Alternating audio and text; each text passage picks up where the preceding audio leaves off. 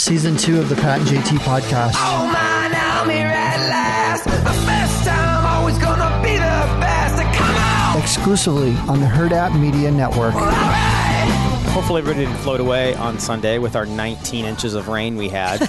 Insane rain. It's crazy. Wet squirrels everywhere in the backyard, but everybody survived. Everybody's okay. Jack loves the rain. Like, he wanted to go out and play. We were playing Frisbee. So I was on the patio under the roof. And then wet dog come in. Wet dog. And I think the thing he likes the most, he loves playing the rain. It doesn't bother him a bit. Stands out there, shakes it off. Let's go again. He's ready to roll. And he's all wound up playing. But then coming in it's the towel dry. Yes, the worst. That's a blast. Yeah. That is. He loves that? He loves that. It's like, you better plant your feet firmly because he comes at you because he's ready to roll. He's just like, let's do it again. And he just comes at you and I go over I cover his whole head up and then just roll down his whole body and shake him off. And he spins around and he comes back through again. It's so funny. He absolutely loved that. So yeah, it was wet. He still smelled like a wet chicken, but he was, I'm sure a wet chicken. Whatever. Yeah. but it was a ton of fun. It was nice. Honestly, I enjoyed the rain all day. I love daytime. We haven't had a good rain storm like that in a long time. No, it was awesome. Yeah, and it gave me a good reason to watch a lot of TikToks. Yeah, you feel you don't feel guilty when it's raining like that. No. You don't feel guilty not being in the backyard doing something, not out running errands. We did go get groceries, and Beth was supposed to follow me to the car. We were running because it was pouring when we were in Aldi. Yeah. And we're like, well, let's just go. Let's just run. I said, do you want me to go get the car? No, we'll just go. I said, okay, follow me. So she diverted away from following me and right in about a 4-inch puddle. Socks, shoes, everything wet. Nothing grosser than wet socks. Wet socks are the most uncomfortable, grossest thing. It's like eating wet toast. It's the worst. It's right up there with as far as the level of ew. It's just gross. So we were at the end of our day, so we went home anyway. But still, the worst. I met Mom and Dad for breakfast, and so I went and got their car and brought it around to them, and they still ran out in the rain. And I'm like, okay, I was going to park right there. If you just would have, whatever, get in. I'm like, whatever. I'll take over in my truck and we'll switch out. But it all worked out fine. But it was. We were sitting there eating, and all of a sudden, a huge crack of lightning yesterday morning. Lightning and thunder, and everybody, the whole restaurant, whoa! Yeah. Everybody just kind of sat up, went right back to eating. It was all good. But the average age of the people that eat at Cracker Barrel, I'm surprised they heard it. What's that? I'm just kidding. I kid. Anyway, it was packed. Yeah, and I mean, for a long time there, they didn't open one section up because they couldn't get help to come in. It's just insane. Like they're begging people to come work and make money. I saw something this morning on the news about, we all know the situation at the ports, and it's a whole domino effect because lack of truck drivers, lack of whatever. There's a truck driving company that's offering people with a CDL license $110,000 a year, $15,000 sign-on bonus. There you go. That's insane. There you go. Honestly, because they can't get people to work. I don't get it. And you think about that. That's guaranteed money. Usually it's miles is how you get your money. If you're driving trucks, so you're going by your miles, so you take as many loads as you can. You hate what they call the deadhead loads when you're empty and you have to go back somewhere else to fill up because you don't get those miles to get paid, and you're paying out of your own pocket for your gas. And it's not easy being an owner operator in particular, but a lot of these owner operators go to work for some of these bigger companies, getting a guaranteed pay, such a 6-figure guaranteed pay, and easily. Those guys that are running miles, they can easily get into the upper 5 figures, probably close to 6, but they're running a lot of miles. Yeah. And knowing you're guaranteed that? Knowing you're guaranteed it. That's nutty, man. Holy, and $15,000 up front? Yeah. Makes me, I'm going to think about this. Right. Podcast on the road. Right? Trucking. That's some scratch, man. Trucking. We could just do a trucking podcast. It's another trucking podcast. But that's crazy. Yeah, they had all 3 sections opened, and it was full, and it was pouring rain. And last week it was absolutely beautiful. There's hardly anybody there when we got there because they were all doing stuff. Because it was so nice. Were. Yeah. So now it's raining, so let's go out to eat. Everybody was there. And then go home and sit down. Yes, it was awesome, but it was really good. So anyway, been following along on this Alec Baldwin thing. It's craziness. There's so many different theories, and then there's so many different facts that are coming out, and Baldwin's not sitting in a great spot. Really, and like a lot of people have said, though, if this was anybody else, if you had done this, do you expect you would be at home right now?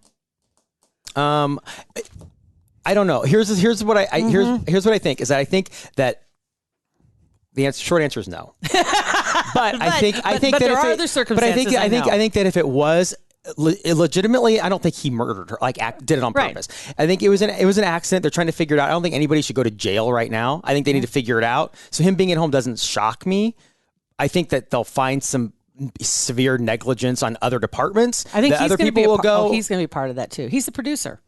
Oh, I didn't realize that he was the producer. He's the producer. Yeah, that's not Ultimately, it's his baby, and I don't think to answer your question, I don't think he should be in jail, but I think he doesn't need to get comfortable at home. He hasn't been arrested. He hasn't been, I know they're looking at it, but they also said the sheriff's department didn't use the word accident when they were talking about it.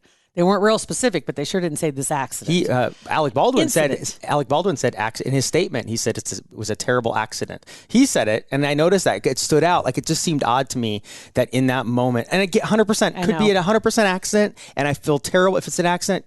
I feel awful. Yeah. But it's like for him in the statement to say this terrible accident, it just seemed insensitive. Seems like a little too much. Yeah, just a little. Like you're trying to slide that in just to make sure we set the tone. The day after that happened, and he had that statement, it just didn't sit well with me. Like his lawyer wrote it? Weird. Something. It was just weird. Yeah. So some of the things that have come out, and I know some of this might be old news at this point, but the young girl that was the armorer, Hannah Gutierrez Reed, she's 24. She'd worked at one other movie where she was in that role, and that was a movie just recently with Nicolas Cage, actually. But her dad, apparently long time in that role in the movie industry, and he'd been training her up since she was a little kid.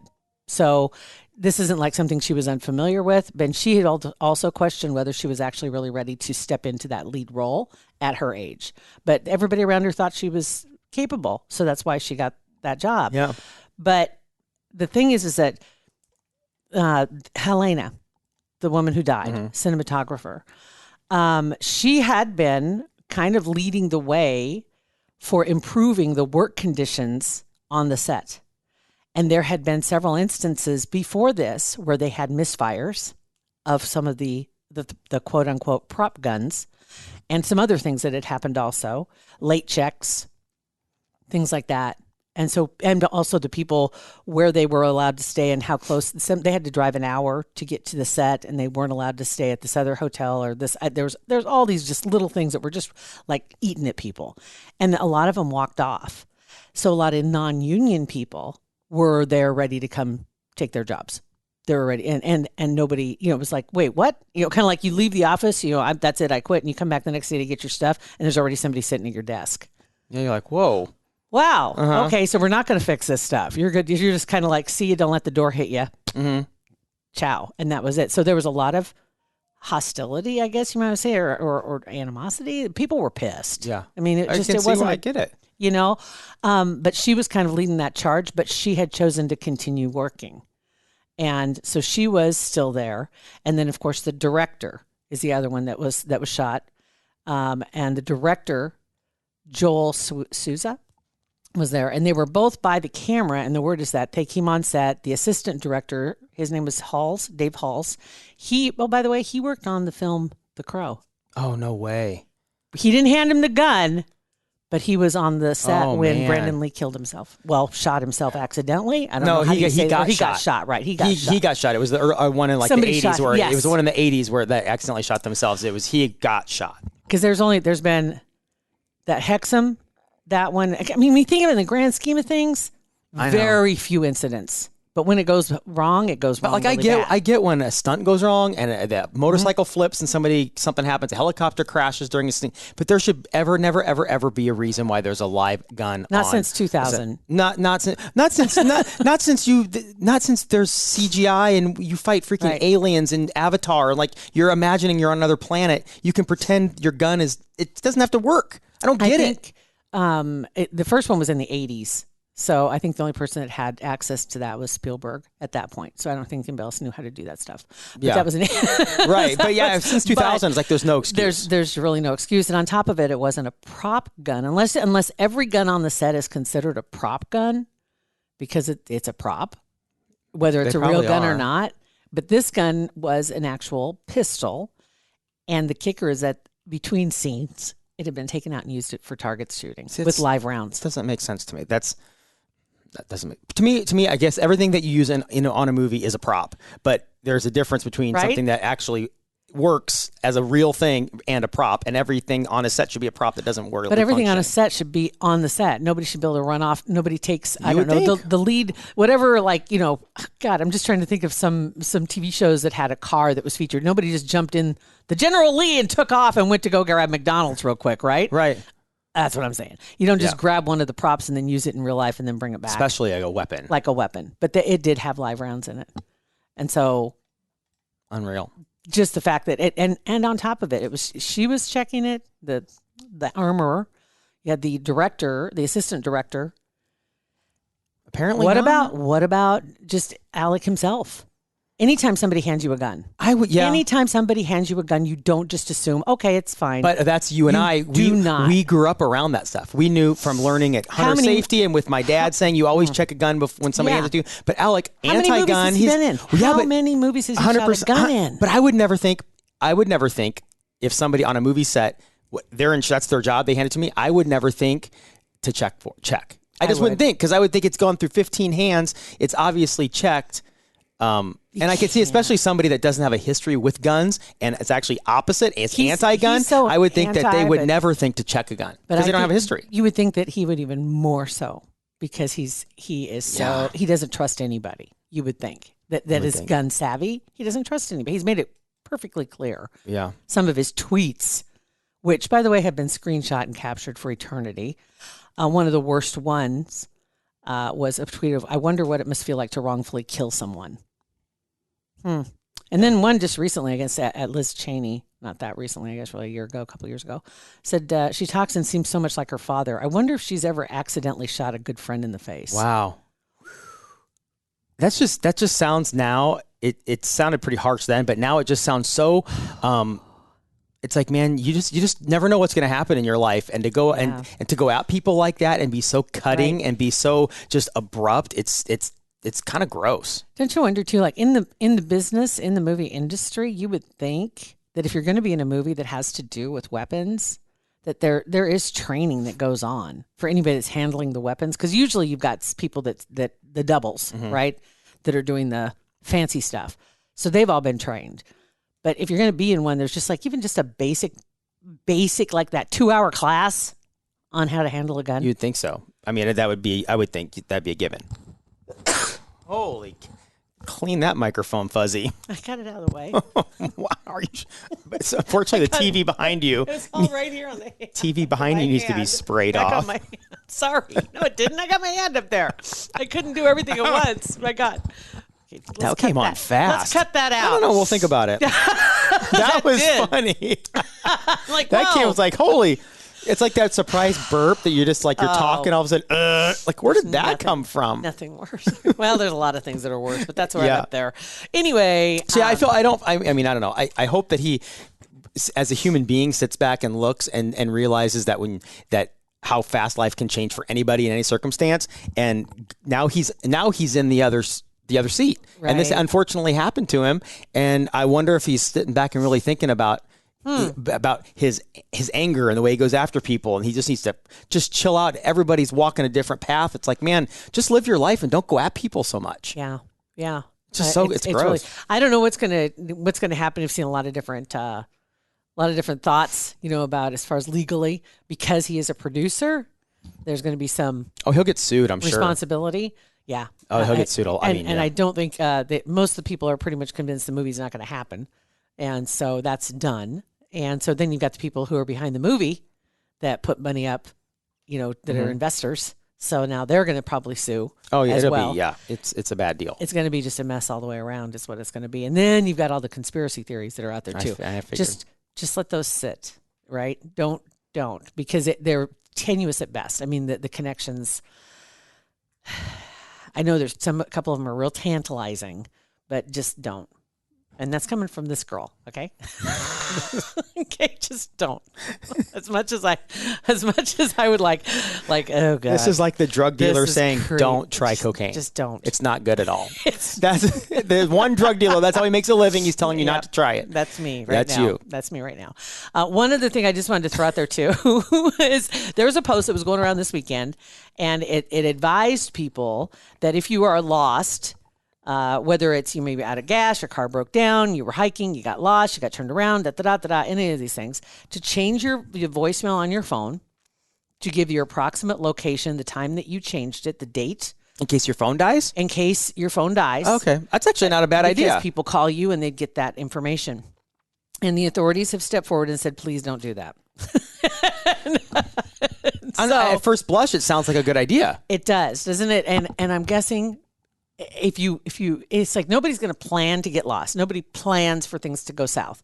So ideally, people know where you are when you go somewhere. Let's just start with that. If you decide all of a sudden you're going to stop somewhere and go, oh, you know what? Let's just stop and go take a hike. Mm-hmm. Nobody knows. Let somebody know. Just even if you text somebody, just real quick, we stopped at XYZ. The reason why they say it is that if your phone is near death, the last thing you should do is call 911, because whether or not you have service, the local towers can pick up these calls. Mm-hmm. There is a chance. Yeah. And by law, I'm thinking that even if you're is it a locked phone? You can still make an emergency call. Mm-hmm. So even on a locked phone, you can make an emergency call, right? Mm-hmm. So they tried to, 911 should go through no matter what. But if your phone is on that last leg, the last thing you want to use that energy for is to change your voicemail. Yeah. And that makes sense. Because you have to have cell service in order to change your voicemail. Right. So if you have cell service, call someone for help and let them know where you are. So I get that. Yeah. So really, if you didn't leave, the bottom line is leaving a trip plan somewhere. Mm-hmm. Just text somebody that you're stopping somewhere, or that you're taking a drive and you realize you're someplace and generally people know if you're going to be somewhere that has no service, because there are very few places that have no service, right? Right. Usually have to hunt that place out.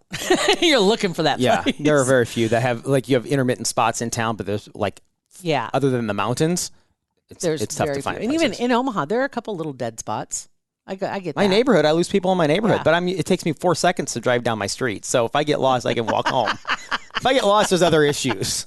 Many other issues. This is probably true. But anyway, that was the message that was sent out by the authorities, by police departments, because they caught wind of this, and they were like, listen, just go ahead and put it out there. First, if you have no service, try calling 911.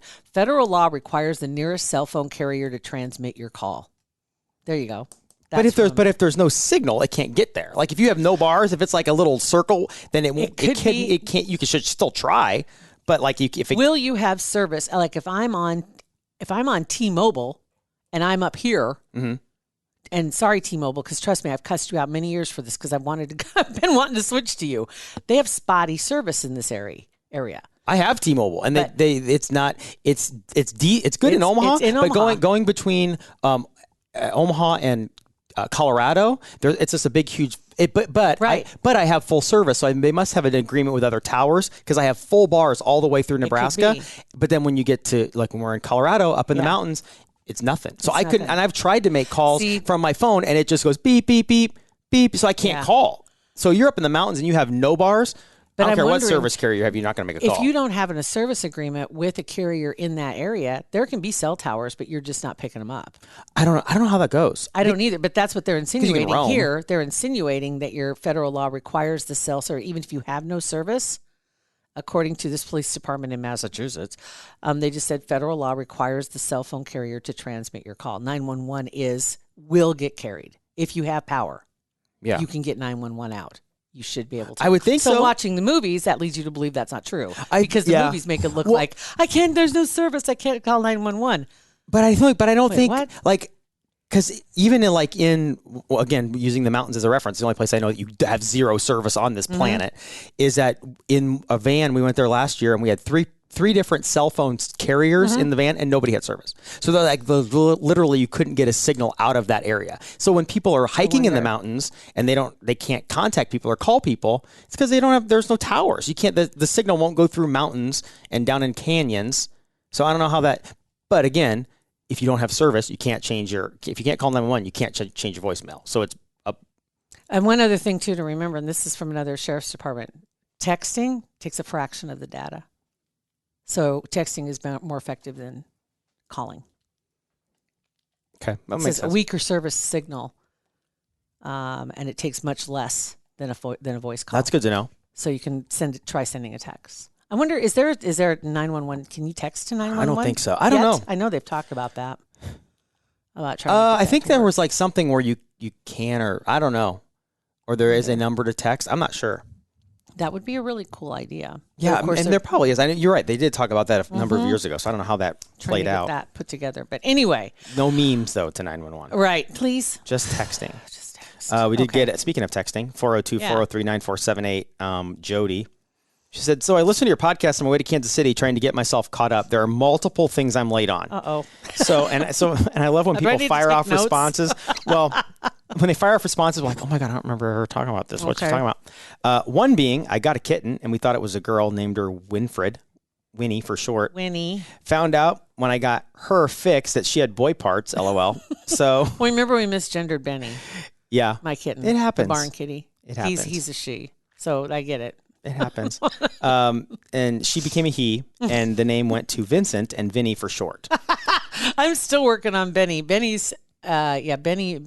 I think Benny's a cute name for a girl anyway. Benny Boo? Yeah. Yeah. So we're working on it. And then the second text came in from her. that. Second thing to respond to was just said, second, Heinz, enough said. So I don't know if we're talking favorite ketchup. I don't know what we're talking about. Yeah. Okay, it might be. I know we talked about the Heinz and Hunt's connection. Yeah, so I don't. That must have been it. Had to have been. I have to catch. I have to. Yeah. Now I'm curious what it was we did. So. I don't know. Anywho, that's it. So yeah. So Thanks, feel Jody. free to drop us a line if you got something you want to throw out there about. It doesn't matter what episode you're on. We'll either figure it out or we won't. Right.